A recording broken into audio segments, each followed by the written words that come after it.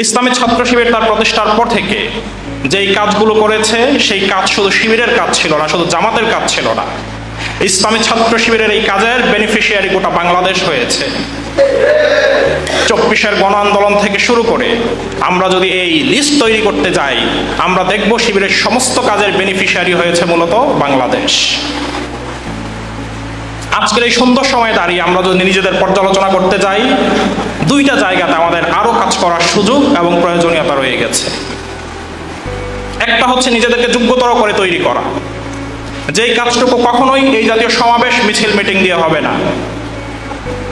রাসূল আকরাম সাল্লাল্লাহু আলাইহি ওয়াসাল্লামের বিরুদ্ধে কবিতা লেখা হলো।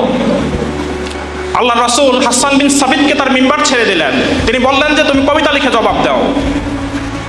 আল্লাহ রাসূল চাইলে কিন্তু কাউকে নির্দেশ দিতে পারতেন যে কবিতা লিখেছিল সেই কাফেরের জিভ ছিঁড়ে নিয়ে আসার জন্য, তাকে হত্যা করার জন্য। কাজে সুন্নাত হচ্ছে আপনাকে যে প্রক্রিয়া আক্রমণ করা হবে, আপনাকে যে প্রক্রিয়া আঘাত করা হবে, যে প্রক্রিয়া আপনার বিরুদ্ধে ষড়যন্ত্র করা হবে, ঠিক একই প্রক্রিয়া আপনি ষড়যন্ত্রের জবাব দিবেন। এই জায়গাতে যোগ্যতর হয়ে নিজেদেরকে তৈরি করা, জনশক্তিকে তৈরি করার একটা বড় দায়িত্ব এবং কাজ আমাদের রয়ে গেছে। আরেকটা জায়গা হচ্ছে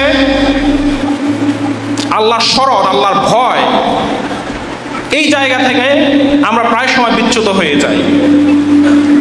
এই দুইটা বিষয়ের সমন্বয় সম্মিলন যদি আমরা করতে পারি, আল্লাহ রাব্বুল আলামিন ওয়াদা করছেন যে আমাদেরকে সহযোগিতা করা, আমাদেরকে সাহায্য করা তার জন্য ওয়াজিব হয়ে যাবে। আলা ইন্না আউলিয়া আল্লাহি লা খাউফুন আলাইহিম ওয়া লা হুম ইয়াহজানুন। আল্লাহর ওলি, আল্লাহর বন্ধু যারা হবে তাদের কোনো ভয় নাই, তাদের জন্য কোনো হতাশাও নাই। তারা কারা?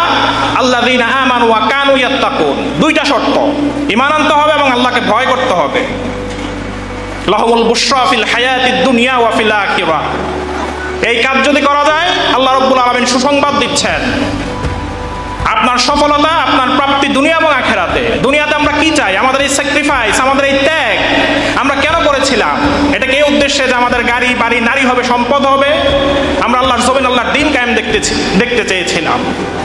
আমাদের জন্য দুনিয়ার বুশরাটাই যে আমরা দুনিয়াতে আল্লাহ রাব্বুল আলামিনের দিনকে, তার জমিন আমরা কায়েম দেখতে পাবো।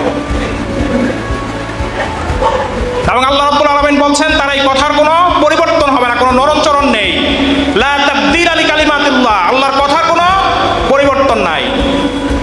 আমরা এই দুইটা কাজ যদি আমরা করতে পারি, আমরা নিজেদেরকে যোগ্যতর করে গড়ে তুলতে পারি এবং আল্লাহর ভয় নিজেদের মধ্যে জাগ্রত করতে পারি, আমাদের জন্য আল্লাহ রাব্বুল আলামিনের ওয়াদা হচ্ছে আল্লাহ রাব্বুল আলামিন আমাদেরকে দুনিয়া এবং আখিরাতের সফলতা বুশরা দান করবেন। বারাকাল্লাহু লানা ওয়া লাকুম ফিল কুরআনিল আযীম। আসসালামু আলাইকুম ওয়া রাহমাতুল্লাহ।